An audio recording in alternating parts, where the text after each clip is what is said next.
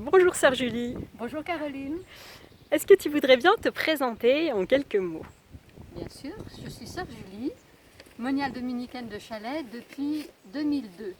Et actuellement, je suis prieure jusqu'en mars 2022, puisque nous avons des élections tous les 3 ans. Et est-ce que tu peux nous dire ce que c'est une prieure? Une prieure, c'est la personne qui est au service de l'unité de la communauté. D'accord. C'est À pas, vous de comprendre. c'est pas la chef, Non, elle est au service. elle est au service. D'accord. Alors, tu as choisi d'être moniale. Est-ce que tu peux nous dire déjà qu'est-ce que c'est qu'une moniale et à quoi elle sert? Alors une moniale, c'est quelqu'un qui cherche Dieu, qui cherche le Christ. Et elle sert à rien, tout bêtement. Je crois que le principe de la vie monastique, c'est une vie gratuite.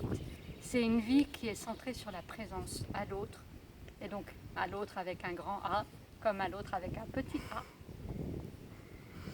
Très bien. Donc tu es moniale. Tu as choisi d'entrer dans l'ordre de Saint-Dominique, donc l'ordre des prêcheurs. Est-ce que c'est pas un peu paradoxal d'être moniale dans un ordre de prêcheurs? C'est complètement paradoxal. Mais je crois que ça c'est... On peut comprendre à quoi sert une moniale dominicaine si on revient à l'histoire de l'ordre. Les moniales, en fait, ce sont les premières à s'être converties à la prédication de Saint-Dominique. Ce sont des femmes qui se sont converties, ce ne sont pas des hommes. C'est peut-être pas un hasard. Et Saint-Dominique en a fait les premières moniales pour les protéger des cathares, puisqu'elles s'étaient converties au christianisme. Et il a eu l'intuition que pour annoncer le Christ, il fallait asseoir sa prédication sur la prière et donc sur la vie monastique. Alors, tu as choisi d'être moniale dans l'ordre de Saint-Dominique et tu as choisi aussi de t'implanter dans un lieu, dans une communauté, donc la communauté de Chalais. Est-ce que tu peux nous dire un peu pourquoi et comment tu t'es retrouvée à Chalais? Alors j'ai atterri à Chalais grâce à ma confirmation. J'ai été confirmée en 97 et suite à cette confirmation où j'ai vraiment rencontré le Christ grâce à l'entourage d'étudiants, à la vie de prière que j'ai commencé à avoir, je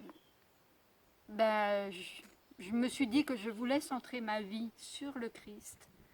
Je ne savais pas du tout encore de quelle manière, tout était ouvert dans ma tête, mais j'avais une grande soif et une grande joie qui était née dans mon cœur. Je l'ai dit à la sœur dominicaine apostolique qui m'accompagnait à ce moment-là, et en 99, elle m'a envoyé faire un premier séjour à Chalais. Je ne savais pas du tout où je mettais les pieds, mais j'ai été séduite. Ça a été, je pense qu'on peut parler d'un coup de foudre. Ça a fait tomber toutes mes peurs de la vie monastique. Je pensais plutôt à la vie apostolique jusque-là, même si quelque chose m'attirait profondément dans une certaine stabilité, de pouvoir tout donner à Dieu et que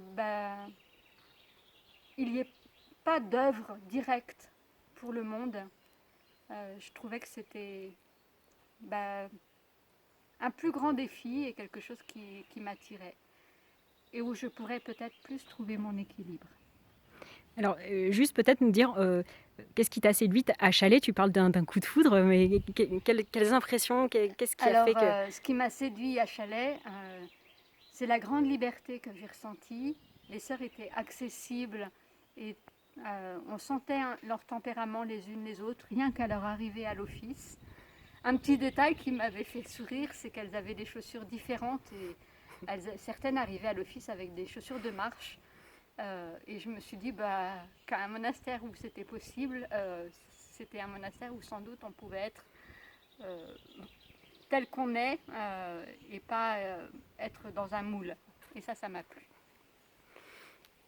Bon, ce choix, la vie monastique, c'est comme tu disais, c'est peut-être ça peut sembler un peu étrange aux gens à l'heure actuelle, complètement à contre-courant de ce qu'on peut vivre. Est-ce que faut pas être un peu fou pour faire ce choix-là? pense que c'est de la folie, mais de l'ordre de la folie de Dieu quand le Christ a choisi de s'incarner et d'aller jusqu'à donner sa vie sur la croix. C'est la même folie. Ça n'a pas de sens si on ne croit pas en Dieu, si Dieu n'existe pas. Et je crois que pour la société d'aujourd'hui qui est de plus en plus sécularisée, qui ne génère pas non plus beaucoup de relations gratuites, la vie monastique est de plus en plus difficile à comprendre. Mais tant mieux. Est-ce que tu pourrais nous dire un peu concrètement comment s'organise la vie à Chalais, à quoi ressemblent les journées? De quoi sont-elles faites?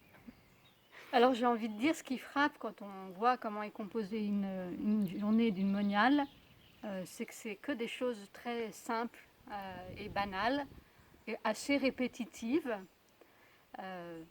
La prière communautaire, la prière personnelle, l'étude de la Bible, mais aussi le travail, les repas en commun, les temps de récréation ou de réunion communautaire.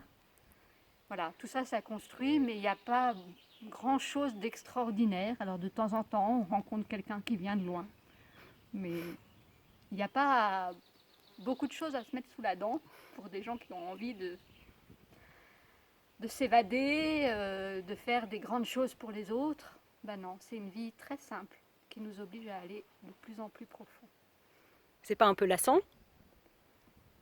Parfois, oui, mais c'est bon cette lassitude parce que ça nous oblige à nous dire mais est-ce que Dieu me rend vraiment heureuse? C'était ma dernière question. Alors, est-ce qu'on peut être heureux au monastère? Parce que c'est la question finalement que tout le monde se pose, tout le monde désire le bonheur. Alors je me souviens de la prieure qui m'a accompagnée quand je suis rentrée.